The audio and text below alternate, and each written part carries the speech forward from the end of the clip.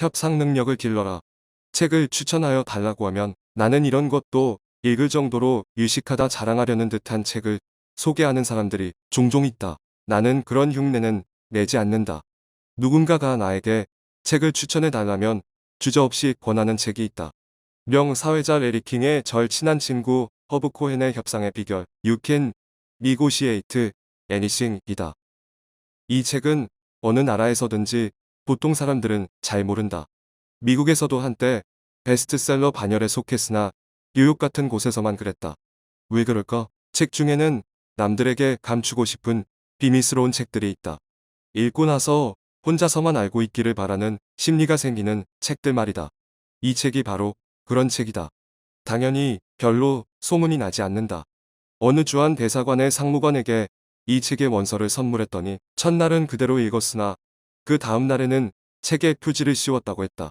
국내에서 이 책은 90년대 초에는 협상의 비결이라는 제목으로 90년대 중기에는 협상이라는 제목으로 90년대 말기에는 협상만으로도 세상을 얻을 수 있다는 제목으로 제각기 다른 출판사들에 의하여 출간되었으나 출판사가 계속 바뀔 정도로 잘 팔리지 않았다. 그러다가 내가 동아일보에서 이 책을 소개하고 난 뒤 어느 출판사에서 협상의 비결이라는 제목으로 재출간을 하였는데 오해하지 말라.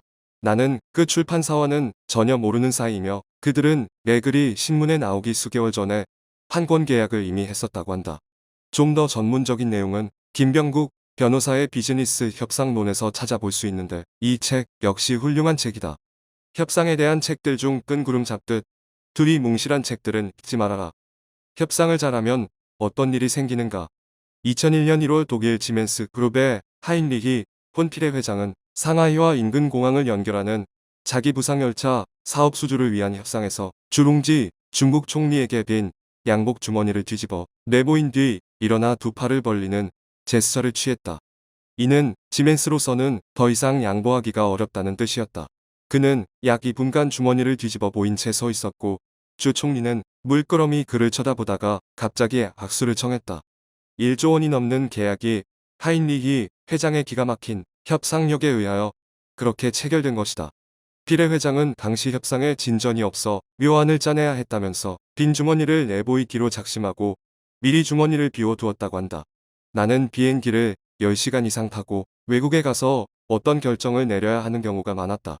남미나 아프리카인 경우에는 비행기만 24시간 이상 타게 되는데 1등석이라고 해도 정신이 흐리멍텅한 상태로 도착하게 된다.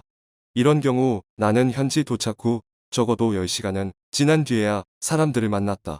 이때 상대방이 내가 도착한 즉시 미팅을 하자고 고집할 경우에는 상당한 경계심을 갖는다. 나의 흐리멍텅해진 정신 상태를 협상 테이블에 끌어들이는 의도이기에 정신을 바짝 차려야지 잘못하면 엄청난 손실을 보기 때문이다. 나는 나 나름대로 직원들에게 협상에 대한 3가지 접근 방법이 있다고 가르쳤었다. 하나는 오리엔탈식 스타일인데 유교적 사고방식으로 접근하는 것이다. 두 번째는 합리적으로 논리를 전개시켜 나가는 웨스턴 스타일이다. 마지막 하나는 막무가내식의 형태인데 굳이 이름을 붙인다면 갱스터 스타일이다. 베테라 역시 이 범주에 속한다. 오리엔탈 스타일의 대표적인 접근 방식은 주로 연장자들이 사용하는 방식인데 너 나이가 몇 살이냐? 너는 윗사람도 없느냐? 말투가 그게 뭐냐? 학교도 안 다녔냐? 부모도 안 계시느냐? 젊은 사람이 그게 뭐냐? 가정교육을 어떻게 받았느냐 등등의 말이 그 범주에 속한다. 이렇게 말하는 상대가 다시는 만나지 않을 상대라면 갱스터 스타일로 대응하는 것이 가장 효과적인데 예를 들면 다음과 같다. 에이 내가 나이 같이 말아 처먹어 오는데 뭐 보태준 거 있냐? 그래 나 놈의 새끼로 자랐다. 이런 대응 방법은 오리엔탈식 논리의 근저가 되는 유교적 사고를 깡그리 무시하는 것이기에 상대방은 대화가 안 된다는 것을 즉각 깨닫게 된다. 이런 대응법은 주로 다시는 안 볼 사람을 상대로 할 때 유용하게 사용되지만 나는 정부 인허가를 받는 과정에서 서류를 어떻게 하여 오라는 설명은 없이 그저 서류가 잘못되었다고 트집 잡으며 몇 번씩 헛걸음치게 하는 공무원들에게 효과적으로 써먹은 적도 몇 번 있다. 공무원들을 상대하는 방법은 따로 이야기할 것이다. 이런 갱스터 스타일은 아주 예전에 내가 버스를 타고 다녔던 시절에 배운 것이다. 만원 버스 안에서 문 앞으로 사람들을 헤치고 나가려면 여간 힘들지 않았다. 실례합니다. 잠시 좀 비켜주세요. 라고 정중히 말하면 사람들은 전혀 반응을 보이지 않았다. 하지만 A18, 좀 나갑시다. 라고 말하면 금방 공간이 생겼다. 똥은 무서워서 피하는 것이 아니라 더러워서 피한다는 사람들의 믿음을 이용하는 것이 유리할 때도 있다는 말이다. 막가파 수준의 애들에게는 그런 믿음이 없으므로 주의할 것.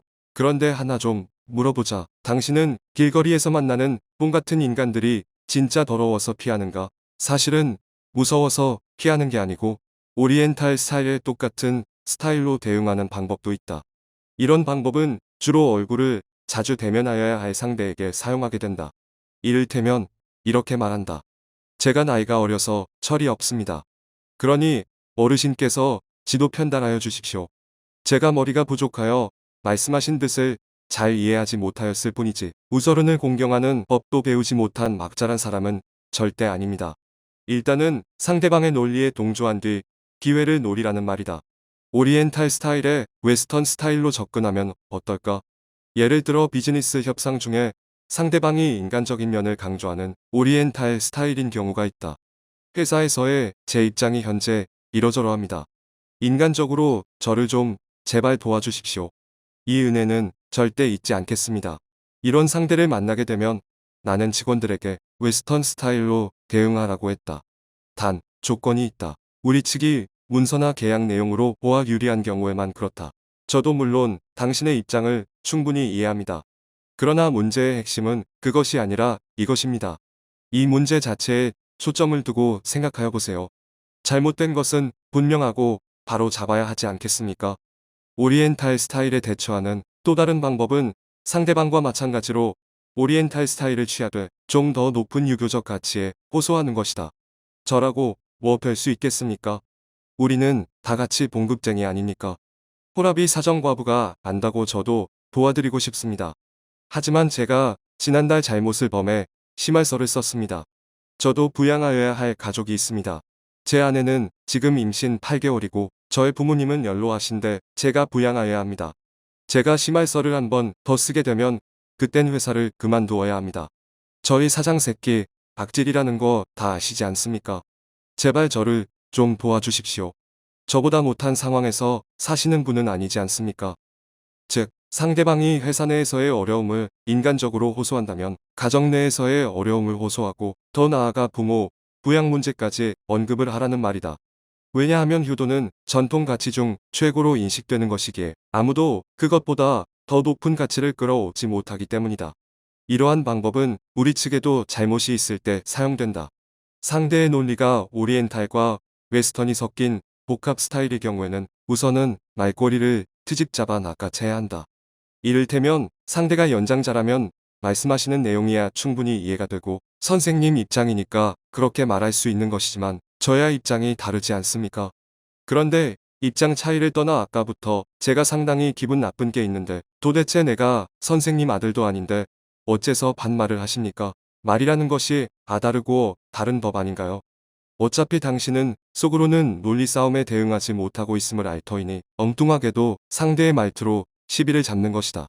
왜냐하면 예의를 갖추어 서로 존대를 해야 한다는 것도 오리엔탈 스타일에 사용되는 논리 중 하나이기 때문이다. 이렇게 되면 문제의 본질에서 벗어나 엉뚱한 것으로 초점이 옮겨지는 효과를 갖게 된다. 웨스턴 스타일에 반드시 웨스턴 스타일로 대응하여야 하는 경우는 계약서 작성을 할 때이다. 그러나 이 경우에서 당신이 상대방으로부터 돈을 받는 입장이라면 뭔가 하나라도 잘못될 경우 돈을 받지 못하게 되는 수도 있고 상대가 말도 안 되는 트집을 잡으면서 대금 지불을 거절할 수도 있으므로 오리엔탈 스타일을 적절히 섞어 나가는 것이 즉 두리뭉실한 것이 유리하다. 이를테면 이런 문구가 들어가게 되면 저는 우리 회사 악발이 사장에게 맞아 죽어요. 그러니 제가 이미 알고 있는 내용인데 굳이 문서로 적어 넣을 필요가 있겠습니까?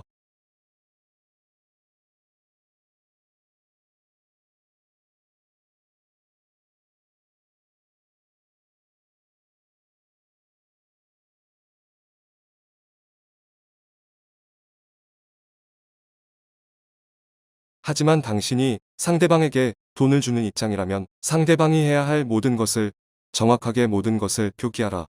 명심해라. 돈을 주는 입장이건 받는 입장이건 간에 아무리 문서로 철저하게 계약을 하고 도장 꽉꽉 눌러 찍었어도 계약 사항을 무시하고 배째라는 식의 갱스터들이 수없이 많다는 것을. 나는 한국인 직원들에게는 우리가 불리하면 오리엔탈 스타일로 접근하고 우리에게 유리하면 웨스턴 스타일로 접근하라고 했다.